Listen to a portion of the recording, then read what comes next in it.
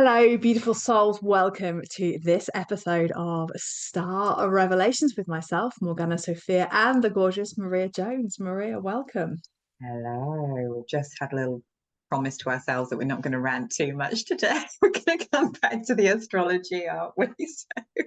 Yeah, so today we are going to be looking at the descent into the dark part of the year, the descent into autumn, and we are recording this within the energies of astrological Lammas. So the true cross quarter day, which we are reclaiming back, very close to the 8-8 portal and Lion's Gate. But we really wanted to look today at the kind of astrology from now, from the 7th when we're recording it, going into the autumn equinox. So we really experience those kind of slightly cooler days and eating blackberries from the bush, which you and I have both been doing recently.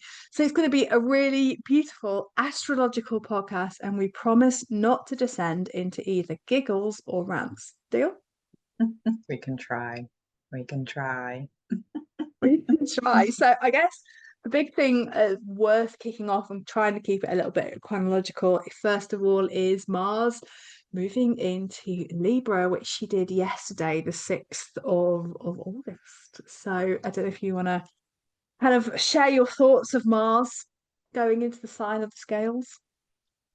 Well, it's always an interesting one for us, isn't it? As Mars type women, we're both Aries, we both have strong Mars, Scorpio, Aries type frequencies in our chart. So Libra energy is the opposite of that. So Mars isn't super happy in Libra because Libra is all about peace and equilibrium and compromise, which Mars is not good at. Um, Mars rushes ahead, Aries charges ahead. They're direct and confrontational energies, whereas Libra will seek to keep the peace. She'll seek to find these harmonious resolutions. So the highest use of this energy, I always feel, is to take that Mars Aries energy and become a little bit of a warrior for justice, for truth, and for equality. Because Libra is always an interesting and misinterpreted sign, I think. It's the sign of the equinox, it's the cardinal air sign. So I think she deserves to be understood a little bit more than just through this lens of, this kind of dancing, ethereal Venus evening star type energy, Venus Astrea, Venus Aphrodite, which she is, she is the celestial face of Venus, whereas Taurus is the kind of earthly, embodied, more Inanna type energy. But she's much deeper than that. So in ancient astrology, Libra was not the scales. Libra was the claws of the scorpion. So she is the sign that precedes our descent into the underworld. So she's not just about harmony and rebalancing and equilibrium. She's actually about karmic rebalancing. She is the goddess Maat. So it's where we go to weigh our hearts against the feather. Are we in karmic balance? If we were to descend into the underworld tomorrow, if we were to leave this incarnation, would we feel that we are transitioning from a space of karmic balance? Would we have completed everything that we need to complete? So it's a big energy. And if you think about the energy of the equinox, which Libra rules over, which is going to be really big this year, I know we're going to talk about that a little bit later.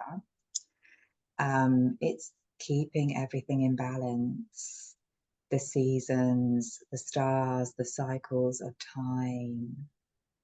So another Libran archetype is the goddess Themis, who held everything in balance And some of the first shrines and oracular shrines that we find were dedicated to Themis.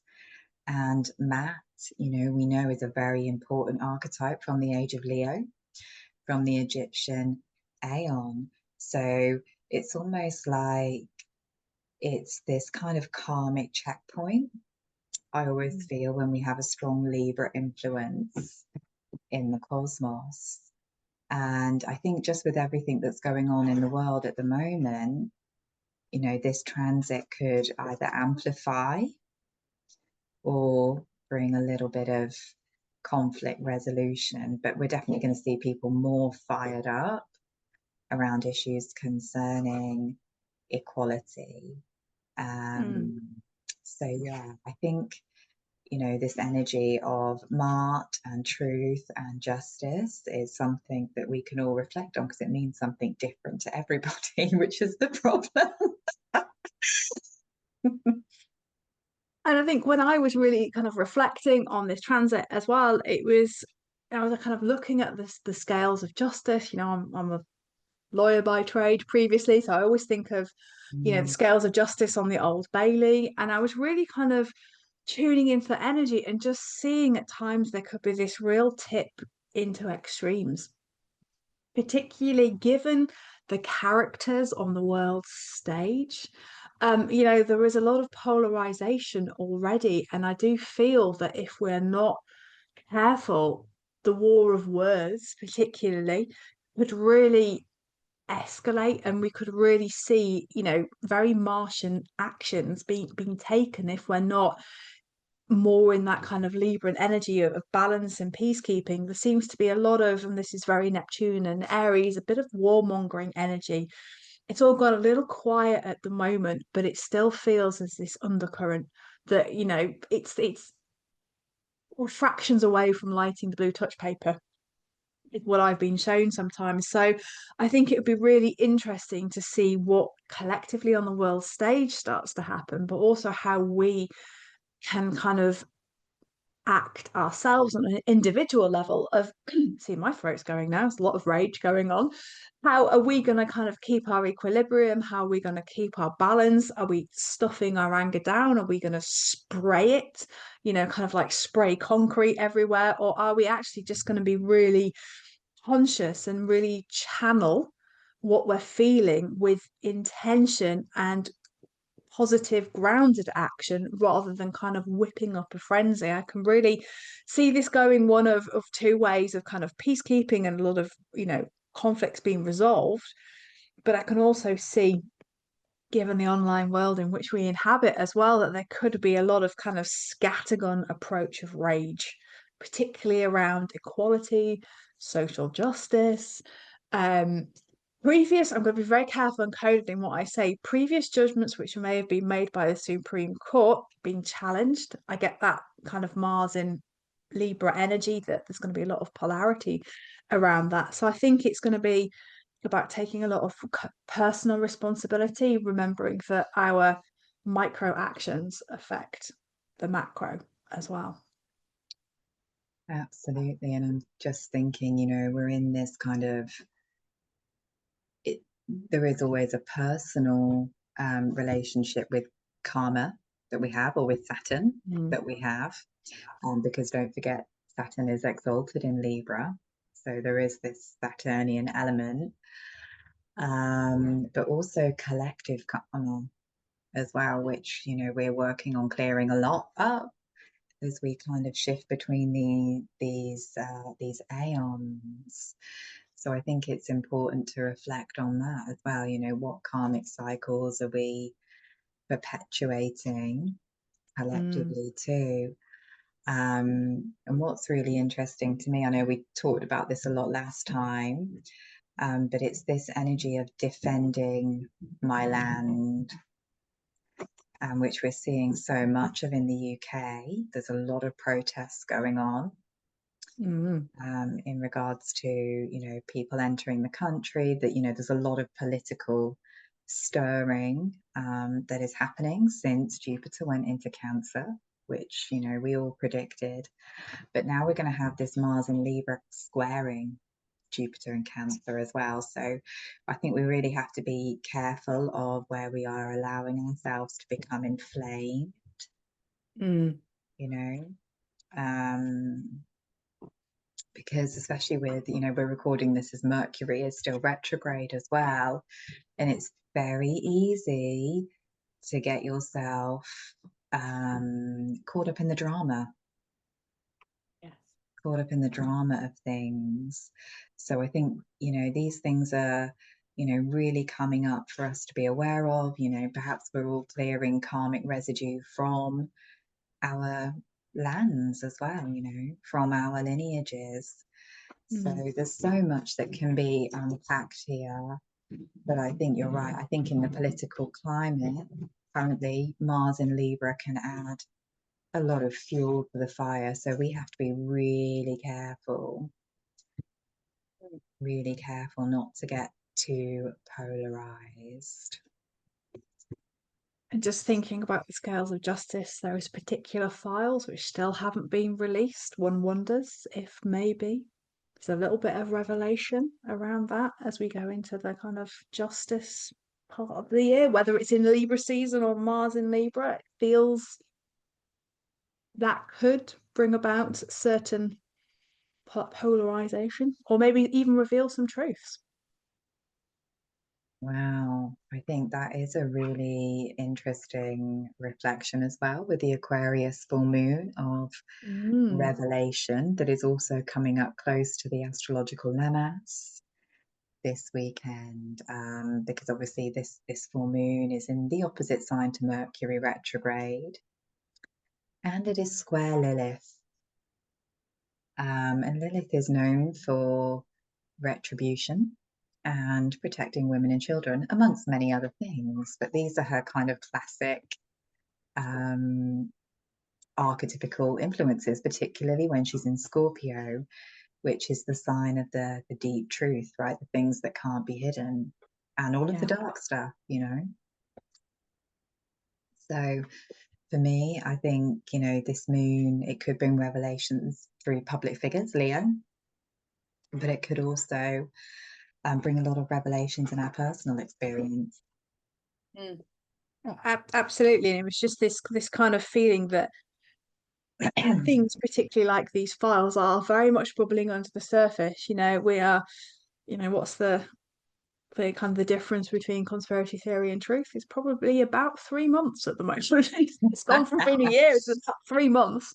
There is a lot coming out in the mainstream media, which is the things that you and I would have been talking about 2, 3, 4 years ago.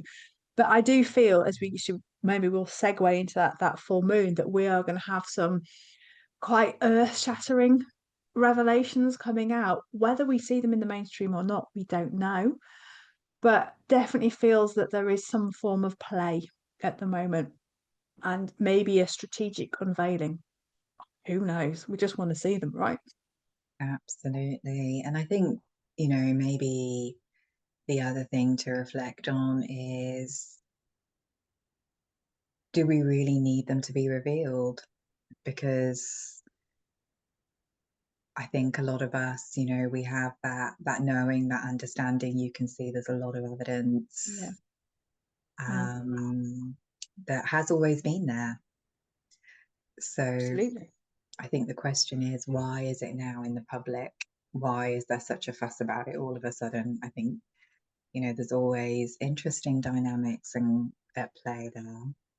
Absolutely. And power play. So we have Mars in Libra, then we'll have the 8/8 portal, which we are rebadging as astrological Lammas. So we'll be celebrating tomorrow.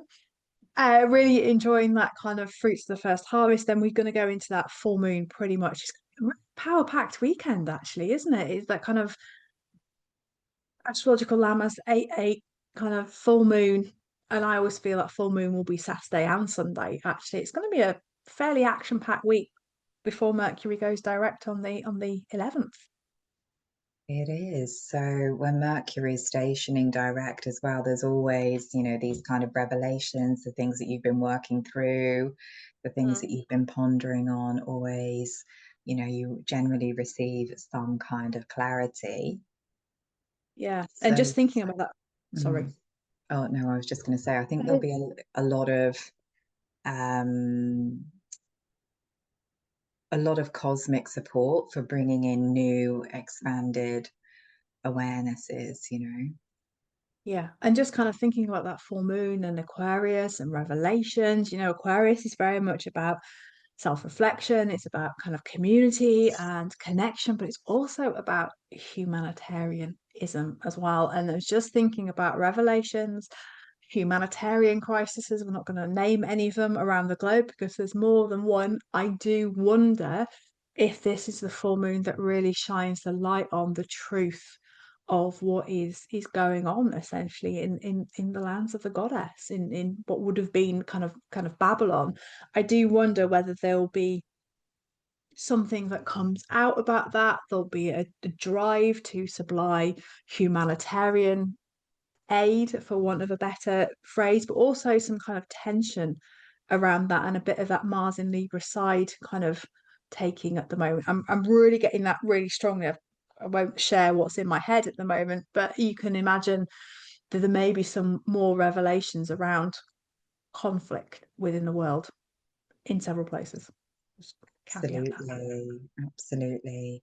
And because Aquarius is the sign of rebellion and revolution, and this is where Pluto is, this is the new energy we're coming in. Mm. Obviously, there is always these periods of chaos. You know, we can look back to things like the French Revolution, the American Civil War, the rebellion of Boudica.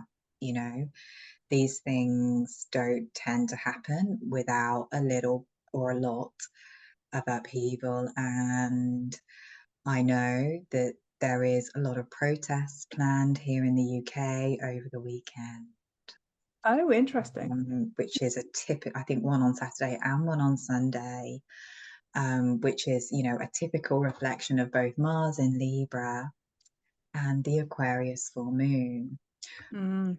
But what is very interesting, and this could be a whole podcast in itself, I think, but this is really reflective of this kind of Pluto in Aquarius, this very authoritarian kind of Saturn in Aries type energy. What is actually happening here is the police are preparing to arrest protesters. They're preparing space in prisons for protesters. And in the UK, obviously, there is a lot of clamping down on free speech. There's this digital recognition that is coming in certain areas under certain guises, which we probably won't talk about in the podcast, or we'll be in Bonnie Blue territory again. But these things are kind of sneaking in. You know, they're Yeah. sneaking in with this Pluto in Aquarius energy. So you've got this real electrical kind of polarization, isn't it? That is, Yeah. you know, ready to explode like an Aquarian supernova. So that full moon will be very much a pinnacle point, collectively, I think, but also for us personally. It's this kind of Aquarius is often, and I say this as an Aquarius rising, you know, Aquarius doesn't care for your feelings when it delivers the truth. Thank Aquarius. God I know this before you deliver it to me sometimes. It's just this very detached energy, right? Aquarius is not, it's a transpersonal sign, but it's not the kind of empathic, unconditionally loving empathy of Pisces, you know. Aquarius is, look, things need to change. You need to come into the future. I'm going to break you out of your comfort zone. I'm going to make you move forward. This is that Uranian energy, Uranus in Gemini now. This moon is ruled by Uranus in Gemini. So it's like there's no sugarcoating.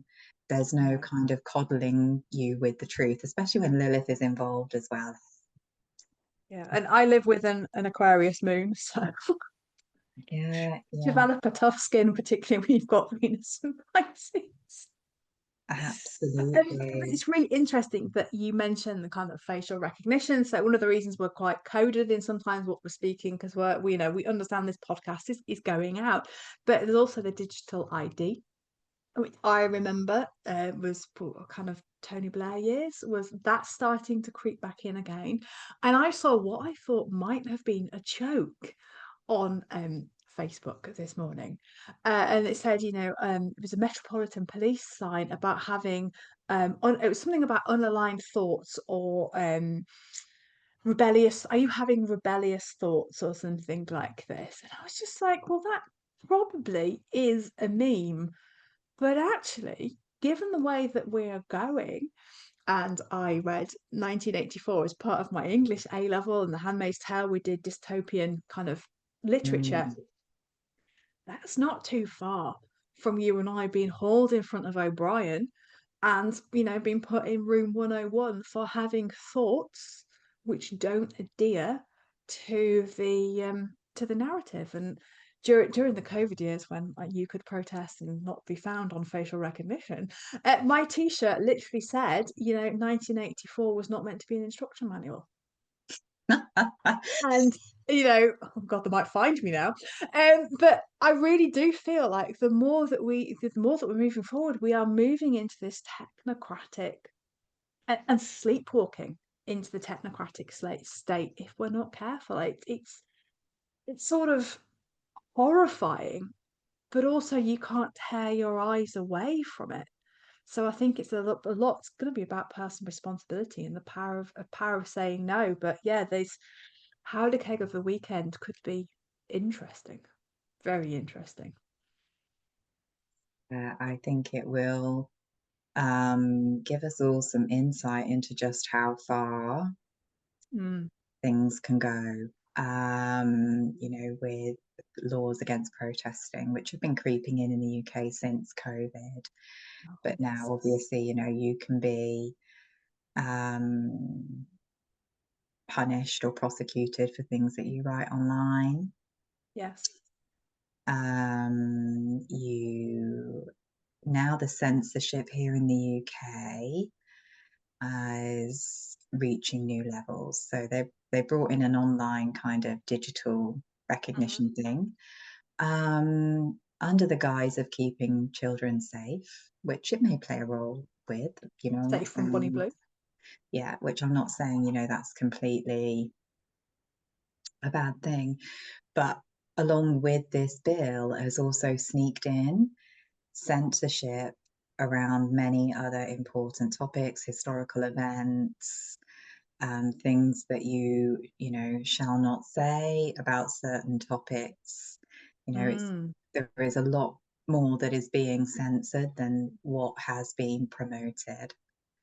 So, and I don't think many people are aware of this. No, because we live in the bubble and we are fed what we are Mm. meant to be fed by the mainstream, essentially. Unless you are watching alternative news sources, you're not finding it out. And I had a brilliant conversation with one of the Silver Spiral students actually last week, and that her view was very much actually the magical working that we end up doing going forward as part of the Stellar Mystery School actually is we're going to have to take it underground again. And I was like, oh yeah, that's an interesting point. And then the more I've sat with it and thought about it, this is absolutely right. We may have to take the magic aspect away from the mainstream and think about how we're communicating with us, because we're going to be working physically located apart. And the more I think of it, the more and more we are needed to come through and do these magical workings. It just might be hidden yet available in plain sight. So that's just really got me thinking again of how do we do all this without being kind of seditious. And obviously it's a massive rebellion to do any form of magical working, but actually how do we keep it so that we are working this magic in our cell, so to speak, without being found out and castigated for it. So quite an interesting concept to think about. Well, it all goes back to preserving the mysteries, doesn't it, in Yes. this new aeon. I think, there's always been Aquarian type souls who will take on that role. Mm. So I think, without going into the Leo retrograde drama, you know, it is a very real possibility that spiritual concepts could also start to be censored. Absolutely. We know how easy they can censor things from COVID times. So, tell me about it. yeah. So we move on from that full moon, which we're going to release this before the full moon, so hopefully you can listen to it over the weekend. Mercury is then going to go direct, so we can all breathe a little sigh of relief. But I always find those few days, so kind of recording this on Thursday, so I usually find kind of Friday 3 or 4 days before she goes direct and 3 or 4 days after, it's always a little hectic. But we should then be able to sigh a little sigh of relief for a week or two, do you think?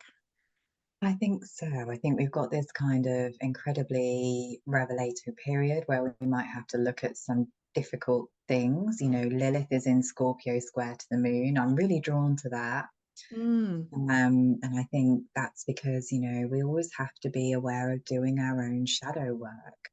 Like you were saying, personal self responsibility, which is the pathway of the priestess, of the magician, isn't it? These things outside of us which we don't like, you know, there is always an element of subconscious attraction. You know, if we look at it from an existential kink perspective, you know, there's always a payoff, you know, for whatever drama we find ourselves embroiled in. So this, yeah, Lilith square to the Leo sun and the Aquarius moon, I think could be a really powerful time for looking at our own shadows, where we're refusing to liberate ourselves, where we're refusing to be sovereign, you know, the shameful taboo things that we don't want people to see, you know, the parts of ourselves that we hide. So there is an element of intensity with these elements as we go through this astrological Lammas full moon. But then we come to this beautifully auspicious Jupiter and Venus and Sirius conjunction, which is just the day after Mercury on the 12th. So, you know, this is an energy which is bringing in some healing, some relief, because this is that Cancer, homelands, hearth and heart, nourishing, nurturing kind of energy. And, you know, to the ancient astrologer priestesses, what a moment. I don't know when this last happened. I'll have to do some further investigations. But we know that Jupiter at least only conjuncts Sirius once every 12 years.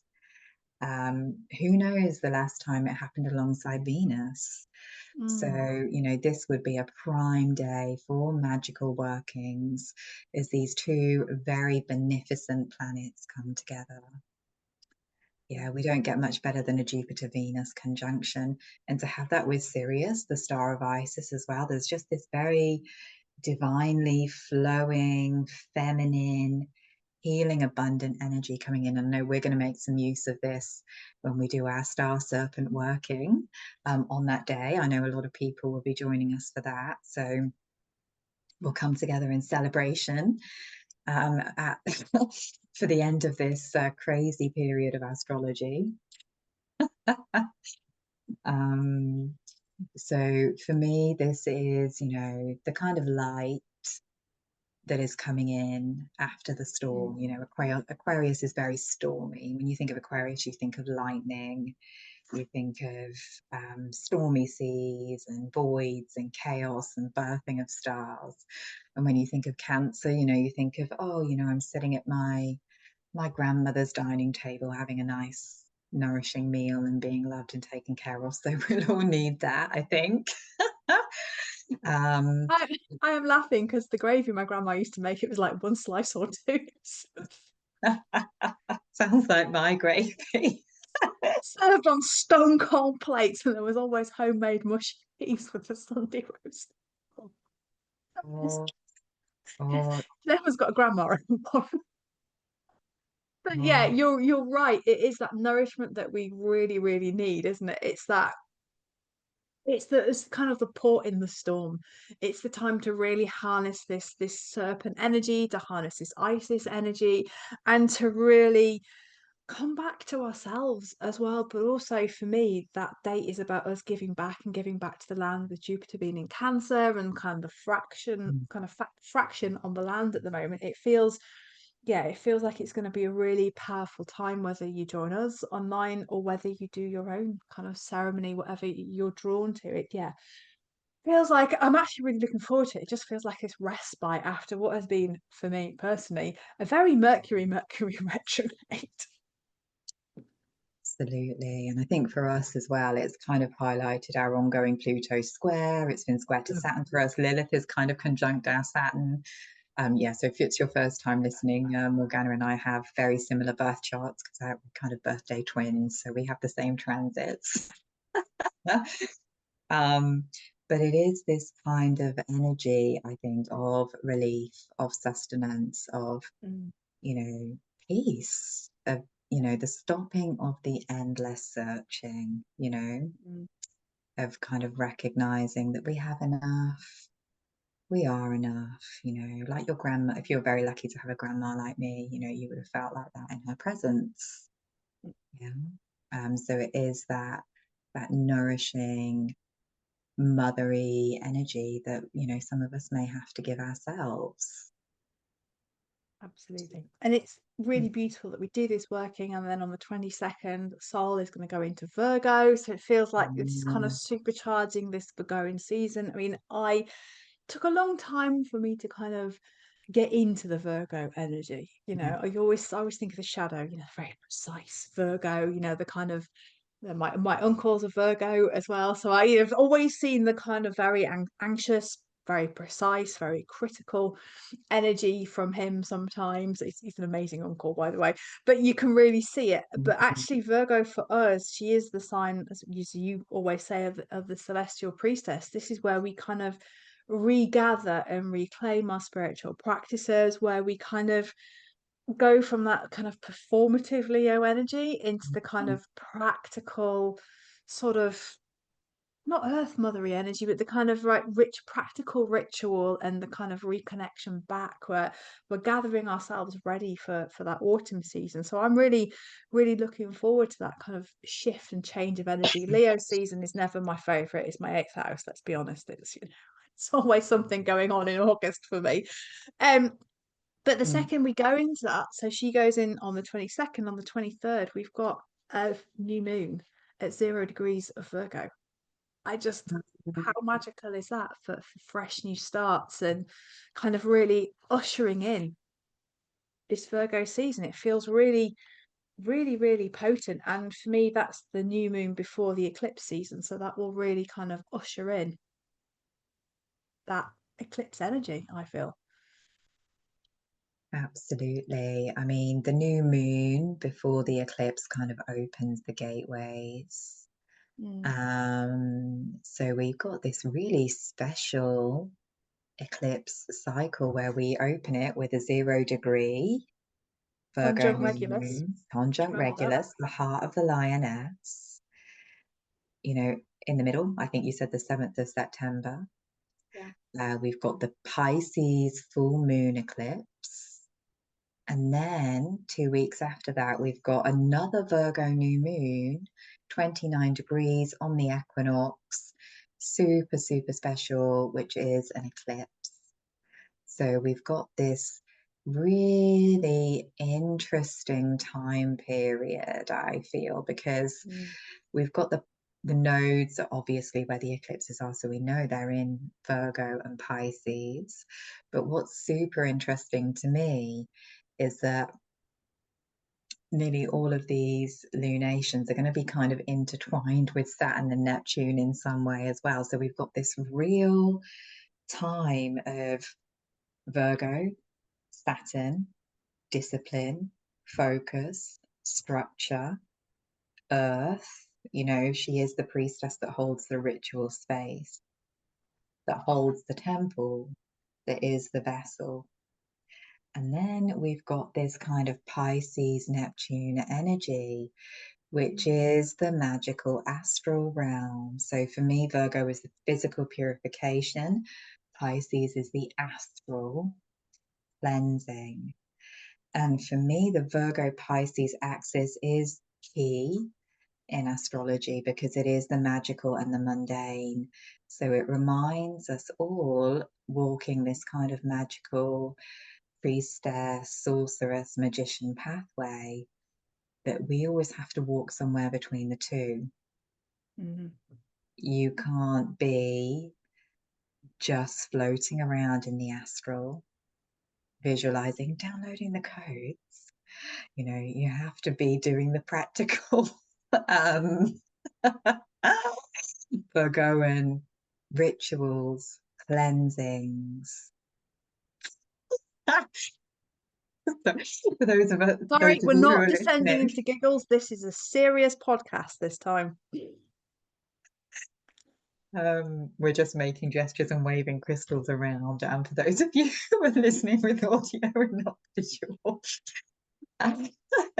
But I think this is so important, isn't it? Because people do get so serious, don't they? Mm. People do get very serious. And this is one of the shadows of Virgo, Saturn energy. For me, it's, very much, it's very puritanical. Absolutely. It's very puritanical. And it's very much, if you don't do things this way, then you're not doing things right. Mm. Whereas, when you reach these higher levels of awareness, which, we are all aspiring to, you realize, you're in that perfect balance of Pisces and Virgo, and everything is sacred. Absolutely. Even the things that might be mundane or Lilith or taboo, they are all welcome. So this is what we really have to be careful with, I think, with Virgo. It's that real balance between structure and surrender, isn't it? We're constantly kind of walking that tightrope between them, and it's funny because once again I have picked up Dion Fortune's psychic self-defense because I've had a lot of people. I have a little side business of clearing astral entities for people, but it's really interesting that that's kind of coming up. Oh, and any entities and houses, but it's kind of coming up again because it's this um walking this path of being mindful when you're in the astral of what you are picking up and what you are bringing through. And these eclipses for me is that purification of the body, purification of the energy, of really making sure that you've got really good spiritual hygiene as well as looking after your physical vessel as well. And I really feel that energetic hygiene at the moment, we're all very good at drinking our water and going to the gym. The energetic hygiene aspect at the moment just seems to be lacking. And I would really kind of encourage people to use this Virgo, this first new moon, to really get clear on what is your daily practice, and does that daily practice include clearing your energy, or are you just receiving the codes, so to speak, and not really being discerning about what you're doing? Because our astral body is the extension of our physical body. What is, you and I talk about the astral imprint that we want to leave when we depart this mortal coil, but we have to make sure that is clear at the moment. And I do feel in those Pisces Virgo axis, particularly around this moon and this eclipse season, we could have a lot of tumultuous energy that if you don't know how to deal with it, you are going to be bringing through some interesting energies, shall we say. So really making sure you are doing something basic as just putting yourself in a tube of white light and clearing your body as much as you can. Rant over. Thank you. No, I think it's always important to think about this with eclipses, and particularly Pisces eclipses, because Pisces is the astral and eclipses open astral gateways. So that's why we find a lot of souls exiting during eclipse seasons, and particularly the Pisces full moon eclipses. You will see, if people are getting ready to leave their bodies, that will be around the time that they do it during these eclipse windows. So there's a lot of astral influences, and the way we are living collectively at the moment as well, This is, Steiner's work around the eighth sphere, right? This is the kind of energy we're in. So if you're interested in that, check out Bernard and Laura with the I think it's called the Veil of Reality podcast, but they talk about this. And Piercing Gigi the Veil of Young, Reality. Yeah, brilliant yeah, podcast. yeah, and Gigi Young as well, who I think they had on as a guest recently. But there's a lot of astral influence and interference that is happening for us all during these times, and eclipses amplify them. And also we've got, Saturn and Neptune going back into Pisces during these autumn months too, which again will create an amplification. So I think what I'm really trying to say here is that we are all susceptible to these things. Absolutely. You We know, are. and there is a trend in the spiritual community to point out, this person is, I think we've talked about this a little bit before, but this person is doing something I don't agree with, so now they're possessed.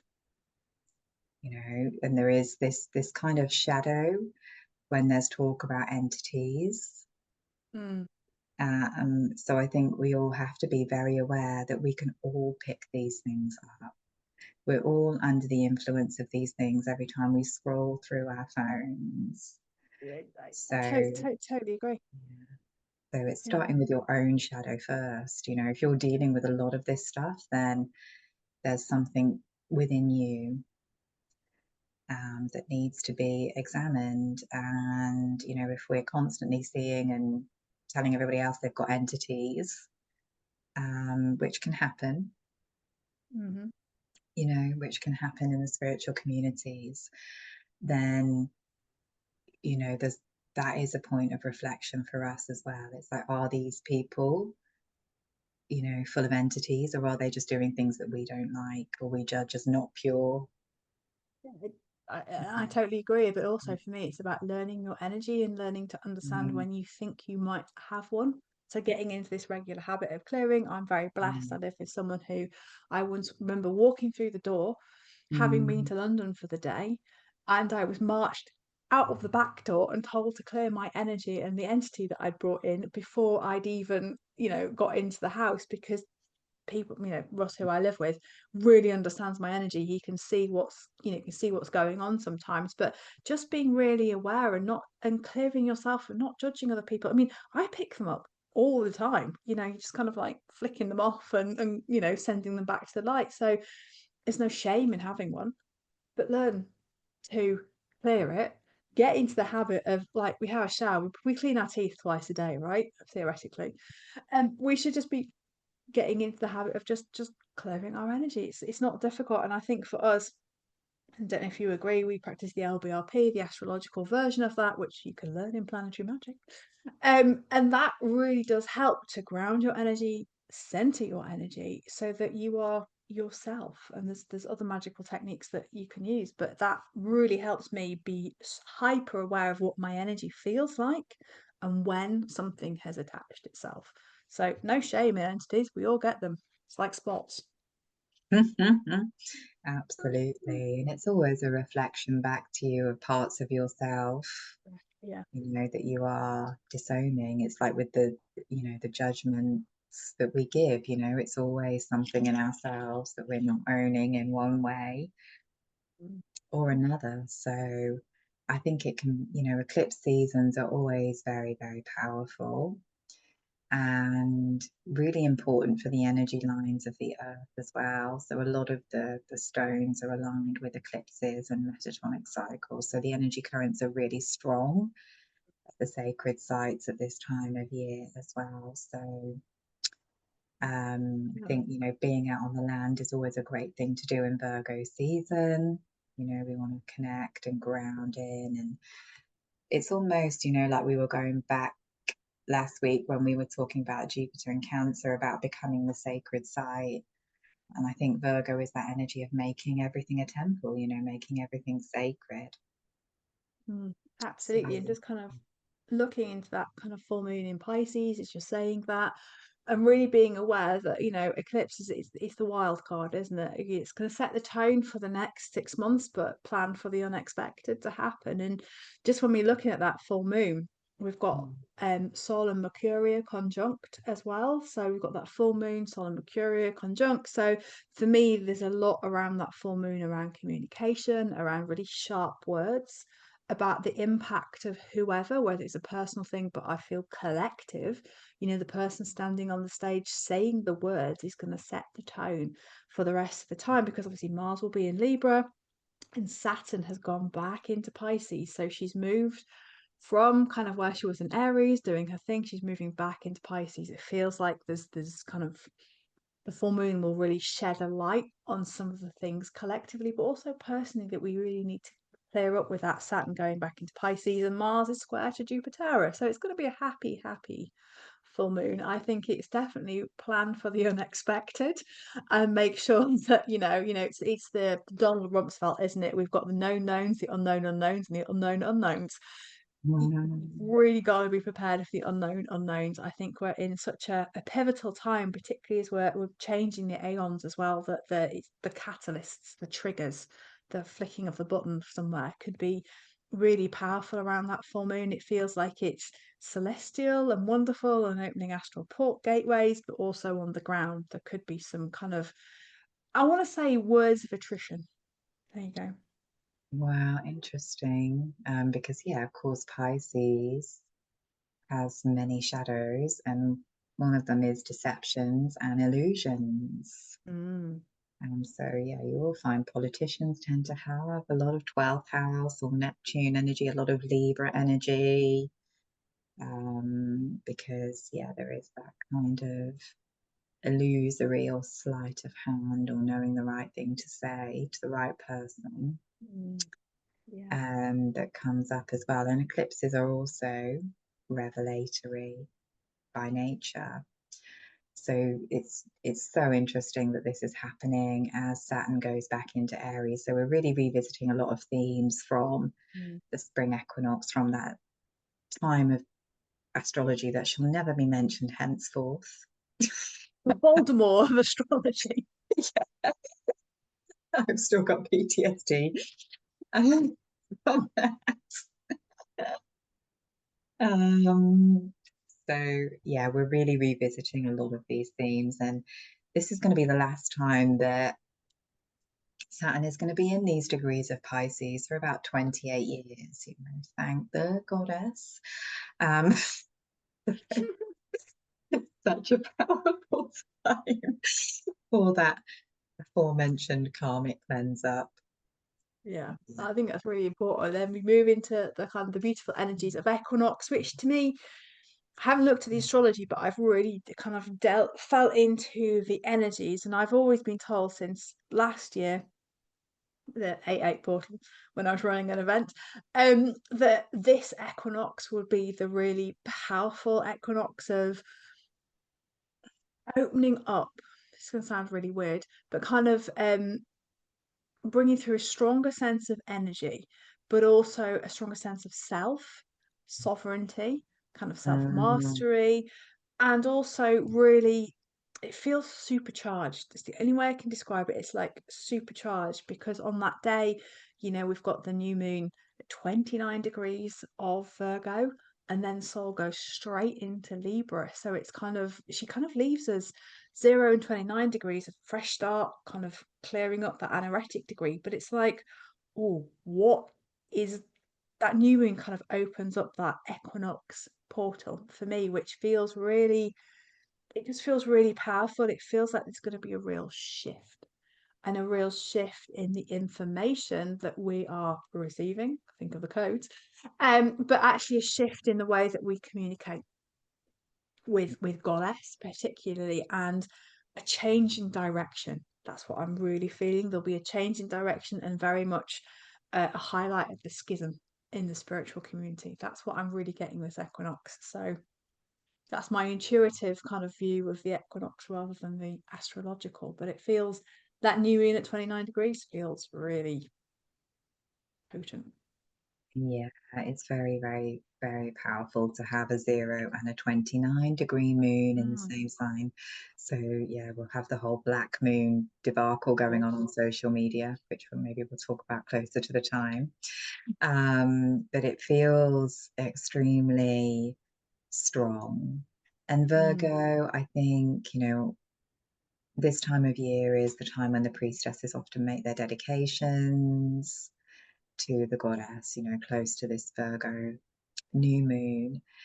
And I think the gift of Virgo is that it reminds us, and Pisces too, it is reminding us about what is important and who we are here to serve, which is not our own kind of Leonine ego, Aries ego agendas, but something much deeper. So it reminds us why we step onto these pathways of service, which is easy to get distracted from, isn't it, when you're seeing all of these highlight reels on social media. So for me, Virgo is one of my absolute favorites. Probably having the Capricorn moon, hey, and my son is actually born at 29 degrees of Virgo. That's his natal solar degree. That's his birthday. He's an Equinox baby. A powerful day this year to have his solar return on. Yeah, so Owen will be 22 on that day. So yeah, I've always been, so my dad has a Virgo moon. Owen's dad has a Virgo moon. So for me, it's a very stabilizing energy. I enjoy Virgo a lot. And I think it's, stripping it back to the old archetype of the priestess or the druid, and, really looking at it as a sign that helps us to focus on what is sacred. Even Isn't it funny? I'm just reflecting on that because one of my best friends is a Virgo moon, and my business astrology, my North Node is in Virgo. So it's an energy I really need to get on with. It's James has 4 planets in Virgo as well, so including the moon. So it's and he's a Gemini. And as a Gemini, yeah. So it's an important frequency, and again, it's like Libra. It's maligned, it's misunderstood, but I'm just thinking of all my lovely friends. Lisa, I don't know whether she's listening. She's also got a Virgo moon. A lot of my favorite people have Virgo placements. So yeah, I think we need to bring back the true essence of Virgo. I absolutely agree. And just a quick side note, don't forget, Virgo relates to health, wellness, and healing. So in the eclipse season, I do wonder, adjusting my tinfoil tiara, whether we may have something, revelations around health, well-being, wellness. Who knows? But it's always good to think that might happen at some point in time. You never know. Absolutely. I think those times of year, those equinox times, Pisces season before the spring equinox, Virgo season, before the autumn equinox, they do call us into that kind of decluttering physically, energetically, emotionally. So it's always a good time for a clear out and a detox. But also, we were talking before we started recording, because we were just talking about the upcoming astrological magic training, and we were saying how important it is. This is why part of the reason why we're starting with the Virgo energy is because having these solid foundations, having this clear physical vessel, having these clear structures are your basic foundational practices for any kind of magical alchemical journey. So again, Virgo relegated to the boring things, which are actually the most important things. Yeah, absolutely. And as we were chatting, as putting the kind of the course together as well, it is about that physical foundation. So we will be teaching you, how to keep your physical body really strong as you begin to, really hold more magic within yourself. So it's going to be super exciting. Maria, tell me a little bit. Are the Stars and Stones by any chance going to Cornwall for the equinox? We are. We've changed the dates up a little bit this year because of retrograde chaoses. But we will be going for the equinox weekend to specifically work with these lunar eclipse energies because in Cornwall, the stone circles are aligned to the eclipses. So it feels like the most powerful place to be, if you want to come in and ground your intentions, connect to the land, connect to the goddess. And of course, we're doing this work at the moment with the intention of, protecting all of the sacred sites, and whatever happens on those ley lines is rippling out. So where we go, particularly to, Boscawen in Cornwall, it's the same ley line as Glastonbury and Avebury and Stonehenge, which are all places which are facing a lot of restriction, but we won't spiral into that. No, we won't. Yes. Not today. Come to Cornwall. So you can join in Cornwall for the equinox on the 25th of September. You can join us for our planetary magic course. We'll put all the details in the show notes. And also, if you are listening, on the 12th, we are holding our Star Serpent working as well. Again, we'll put the sign up underneath there. It's just to make sure that you get the Zoom link and we know who is joining us. A thank you to everyone who's already signed up. It is going to be a really powerful magical working, and if you've never experienced a magical working, what better way to start as we start to call in these energies to really work with the star temples of Albion so that we can still access those. Really looking forward to it. Going to be so exciting. It's our first online magical ritual that is done, that is open to all. It's usually these things are kept within the mystery school, so it's very exciting to share it. It is indeed. So from both of us, thank you so much. So we're going to change the schedule ever so slightly. We're bringing this podcast out early to hit that Aquarius full moon. Then there'll be a little tiny break of about 2 weeks before we come back with, fingers crossed, no Mercury retrograde interference, a very special guest. So until then, thank you so much, Maria. It's been an absolute joy as always. Thank you. It's been so fun. And we'll see you very soon. Take care.